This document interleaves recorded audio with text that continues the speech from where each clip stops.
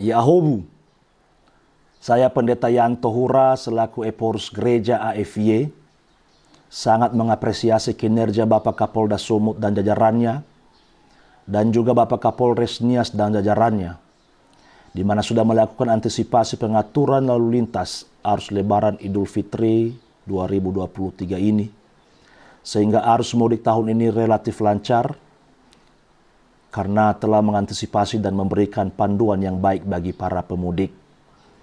Selain itu, saya juga turut mengapresiasi ketegasan dan kecepatan Bapak Kapolda Sumut dalam penanganan kasus penganiayaan yang dilakukan oleh anak perwira Polri, di mana kita ketahui bersama bahwa pelaku sudah jadi tersangka. Ini bukti bahwa kita sama di hadapan hukum. Terima kasih Pak Kapolda.